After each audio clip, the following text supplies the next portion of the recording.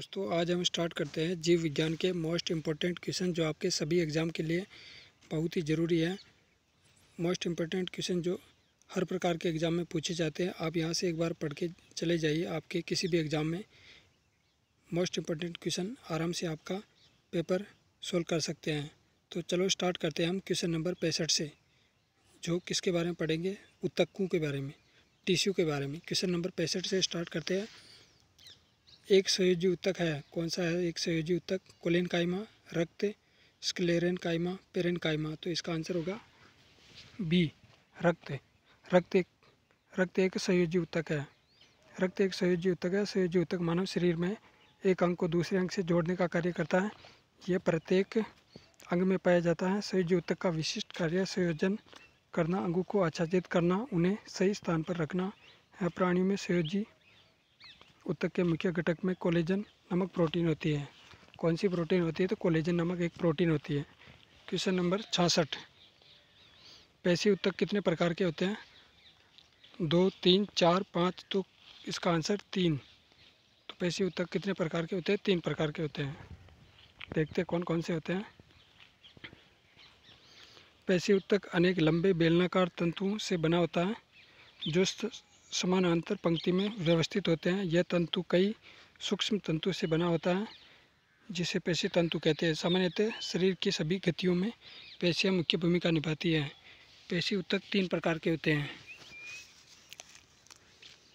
कौन कौन से हैं? रेखित पेशी, एक अरेखित पेशी और एक हृदय पेशी। 3 प्रकार के ऊतक होते हैं। क्वेश्चन नंबर 67, मानव शरीर की त्वचा का सबसे बाह्य परत क्या कहलाता है? Sclera, endodermis, epidermis, hypodermis. तो इसका आंसर क्या है? सी, एपिडर्मिस कहलाता है। मानव शरीर की त्वचा का सबसे बाह्य परत एपिडर्मिस कहलाती है। यह त्वचा की स्तरित उपकला की कई परतों से मिलकर बनी होती है।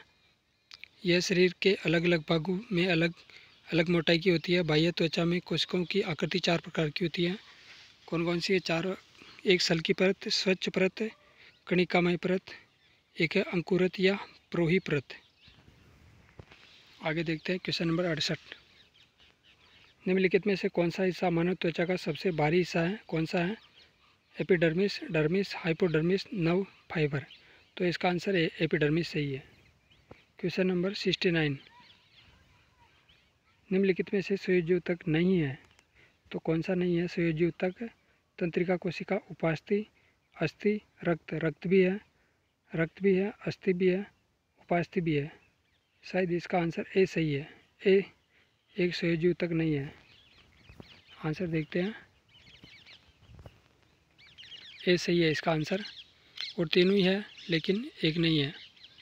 कोशिका की संरचना उनके कार्य के अनुसार बदलती रहती है। इस प्रकार ऊतक भिन्न भिन्न होते हैं। उन्हें 4 भागों में विभाजित किया गया। उपकला ऊतक, संयोजी ऊतक, पेशी ऊतक, तंत्रिका ऊतक। अस्थि, उपास्थि, रक्त संयोजी ऊतक है, जबकि तंत्रिका कोशिका ऊतक का एक क्या है? भाग है, पार्ट है।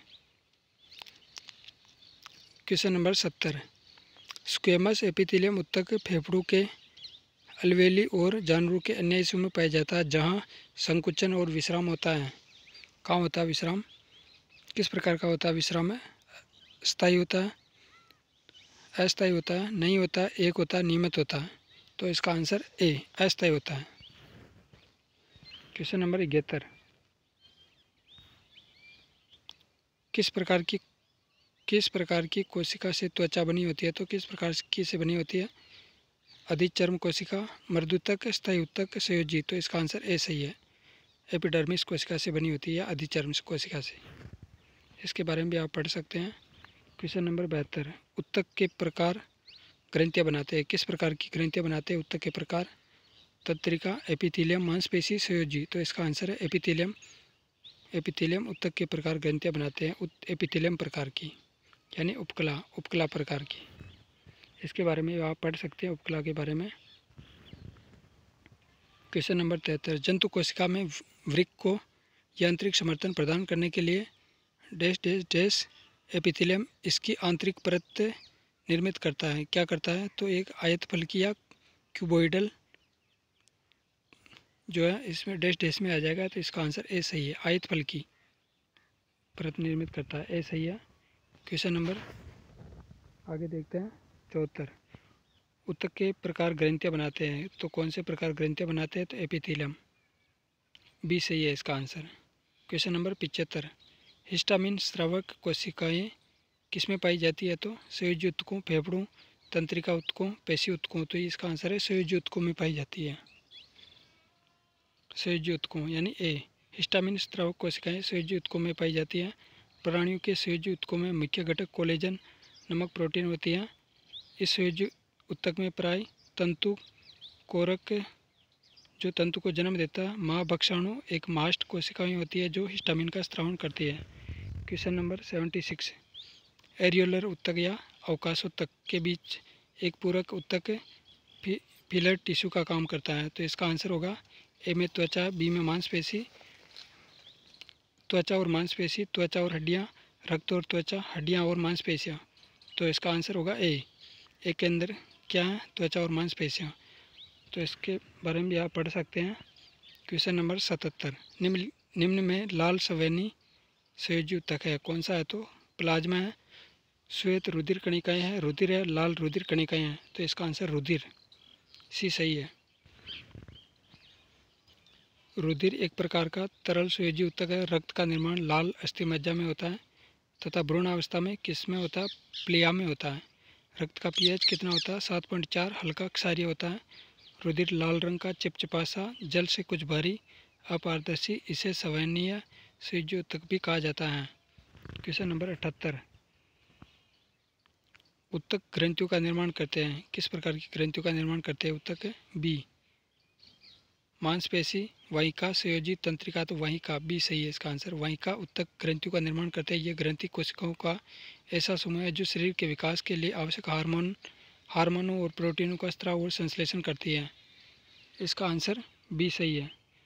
क्वेश्चन नंबर 79 में पादप ऊतक के बारे में दिया हुआ है, जिसके बारे में पढ़ते हैं। ऊतक संवहन पुल बनाते हैं, कौन से ऊतक संवहन पुल बनाते हैं?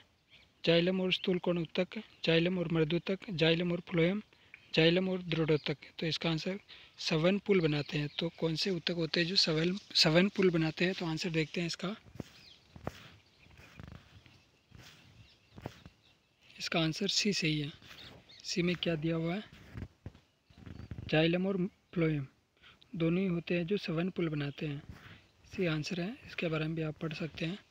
कोशिकाओं का वह समूह जिसमें सभी कोशिका आकार, आकृति, कार्य, उद्गम की दृष्टि से समान होती है ऊतक कहलाता है। जाइलम और फ्लोएम ऊतक कोशिकाओं का वह समूह है जिसमें एक से अधिक प्रकार की कोशिकाएं मिलकर संवहन पुल एक इकाई की तरह का कार्य करती है। फ्लोएम के अतिरिक्त क्वेश्चन नंबर 80। फ्लोएम के अतिरिक्त निम्नलिखित में से अन्य सभी से मिलकर बना होता है। फ्लोएम किसके अतिरिक्त अन्य सभी से मिलकर बना होता है? फ्लोएम में क्या क्या मतलब इसमें आप देख सकते हैं। फ्लोएम डैश डैश डैश के अतिरिक्त निम्नलिखित में से अन्य सभी से मिलकर बना होता है। केवल एक ही ऐसा ऑप्शन है इसमें जिससे मिलकर बना नहीं होता फ्लोएम। चालनी नलिकाएं, फ्लोएम वाहिका, संवहन सहकोशिका, फ्लोएम तंतु। तो इसका आंसर बी फ्लोएम वाहिका होती है जो जिससे बनके नहीं होता है। इसके बारे में देख लेते हैं। फ्लोएम पौधे में पाए जाने वाला संवहन ऊतक है। दूसरा संवहन ऊतक जाइलम है। फ्लोएम एक जटिल स्थायी ऊतक है। यह संवहन बंडल के अंदर पाया जाता है। इसका निर्माण 4 प्रकार के कोशिकाओं से होता है। कौन कौन सी कोशिकाएं हैं? चालनी नलिकाएं, सक्की कोशिकाएं, फ्लोएम मृदुतक और एक फ्लोएम तंतु। आगे देखते हैं क्वेश्चन नंबर 81। कौन सा स्थायी ऊतक एक पौधे को कठोर और मजबूत बनाता है? कोलेनकाइमा, स्क्लेरेनकाइमा, पेरेनकाइमा और एरेनकाइमा। तो इसका आंसर क्या होगा? बी सही है, स्क्लेरेनकाइमा। इसके बारे में भी आप पढ़ सकते हैं, बहुत कुछ दिया हुआ है। क्वेश्चन नंबर 82 निम्नलिखित में से कौन सा पौधे की बाह्य त्वचा का कार्य नहीं है? तो पौधों को सुरक्षित रखना, रोमों की सहायता से वायु की स्थिर रोधन परत तैयार करना, वाष्पोत्सर्जन को नियंत्रित करना, प्रकाश संश्लेषण करना। तो इसका आंसर डी नहीं है। पौधे की बाह्य परत होती है उसे प्रकाश संश्लेषण का कार्य नहीं होता है और सभी होता है। तो इसका आंसर क्या हो जाएगा? डी प्रकाश संश्लेषण नहीं है। इसके बारे में भी आप पढ़ सकते हैं। आगे देखते हैं क्वेश्चन नंबर 83। स्थायी ऊतकों के निर्माण के लिए एक स्थायी संरचना आकार और क्रिया अपनाने की प्रक्रिया को क्या कहा जाता है? विभेदन, एकीकरण, विचरण, खटीकरण। तो इसका आंसर क्या होगा? इसका आंसर ए सही है, तो विभेदन कहलाता है, ए सही है। स्थायी ऊतकों के निर्माण के लिए स्थायी संरचना, आकार और क्रिया अपनाने की प्रक्रिया को विभेदन कहते हैं। लगातार विभेदन के माध्यम से जीव के शरीर में वृद्धि होती है। क्वेश्चन नंबर 84 की कोशिकाएं कोनों पर अनियमित रूप से मोटी होती है। किसकी कोशिकाएं कोनों पर अनियमित रूप से मोटी होती है? तो स्थूल कोण ऊतक, एक मर्दूतक यानी पेरेन्काइमा, दृढ़ोतक यानी स्क्लेरेन्काइमा, वायुतक यानी एरेन्काइमा। तो इसमें स्थूल कोण ऊतक होता है, इसका आंसर ए सही है।